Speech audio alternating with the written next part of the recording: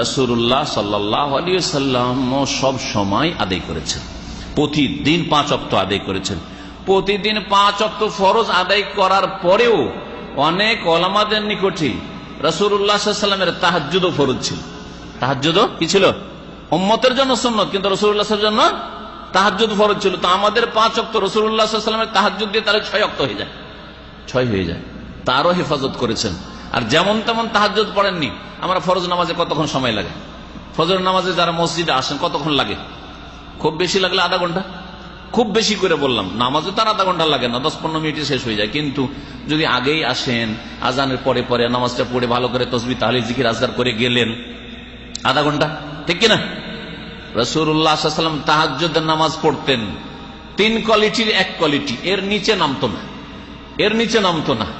নিসফাহু আবিন কুসমিনহু কালিলা আও জিদ আলাইহি। সুবহানাল্লাহ। আল্লাহ পাক সূরাতুল মুজাম্মিলে বলছেন, হে নবী, তোমার জন্য তাহাজ্জুদ ফরজ। আর তাহাজ্জুদ কতটা আদায় করতে হবে? নিসফাহু, অর্ধেক রাত।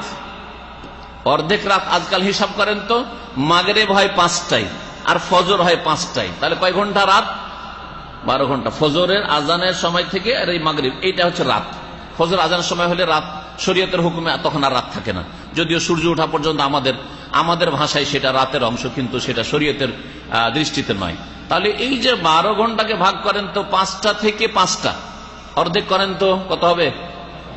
6 5 11, ঠিক না? তাহলে অর্ধেক রাত হয়। রাত কয়টায় আজকাল? 11টায়।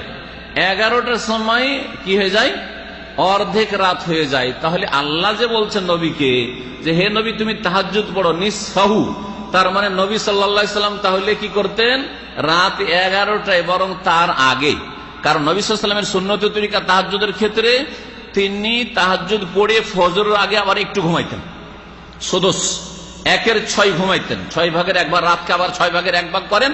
ফজর এখানে ওই সময়টা একটু ঘুমাইতেন, যাতে করে শরীরটা একটু আরাম বিশ্রাম পেয়ে যায়, আর তারপরে ফজরের নামাজটা সক্রিয় হয়ে আদায় করতে পারেন।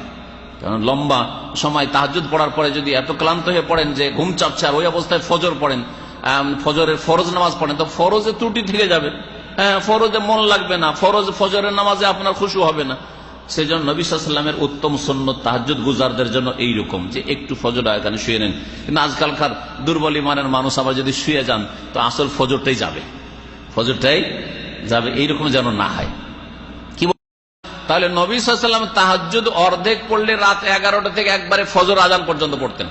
আবিন কুসমিনহু কালিলা, অথবা এর চাইতে একটু কম করেন। তাফসীরকাররা বলছেন সেটা হচ্ছে 1/3, 1/3 অংশ, 1/3। তাহলে 1/3 অংশ কত হয়? 12 ঘন্টাতে 3 ভাগ করেন, 3 4 12, তাহলে 4 ঘন্টা নবী করিম সাল্লাল্লাহু আলাইহি ওয়াসাল্লাম কি করতেন? তাহাজ্জুদ পড়তেন। সবচেয়ে কম যেটা তাহাজ্জুদ, সেটা আজকালকার রাতে কত ঘন্টা পড়তেন রাসূলুল্লাহ সাল্লাল্লাহু আলাইহি ওয়াসাল্লাম? 4 ঘন্টা তাহাজ্জুদ পড়তেন। তো 4 ঘন্টা ফজর 5টা থেকে যদি হয়, তাহলে কয়টার সময় শুরু করতেন রাসূলুল্লাহ সাল্লাল্লাহু আলাইহি ওয়াসাল্লাম? ধরে নেন 1টা। যদি একবারে ফজর পর্যন্ত টান দেন, আর ওইদিকে যদি আবার 1/6 বাদ দেন, তাহলে হয়তো 12টা বা তার আগে শুরু করতেন। জি, 12টা থেকে 4টা পর্যন্ত তাহাজ্জুদ পড়তেন। এইভাবে রাসূলুল্লাহ সাল্লাল্লাহু আলাইহি ওয়াসাল্লামের সর্বনিম্ন তাহাজ্জুদ রাত 12টা থেকে শুরু করে ভোর 4টা পর্যন্ত, অথবা 1টা থেকে শুরু করে 5টা পর্যন্ত হইতো। আও জিদ আলাইহি, অথবা এর চাইতে বেশি, মানে অর্ধেকেরও বেশি। তো অর্ধেকের বেশি কত হয়? 2/3 অংশ, সোলোসাইন, 2/3 অংশ। 2/3 অংশ, তাহলে 12 ঘন্টাকে 2/3 অংশ কয় ঘন্টা হবে বলেন?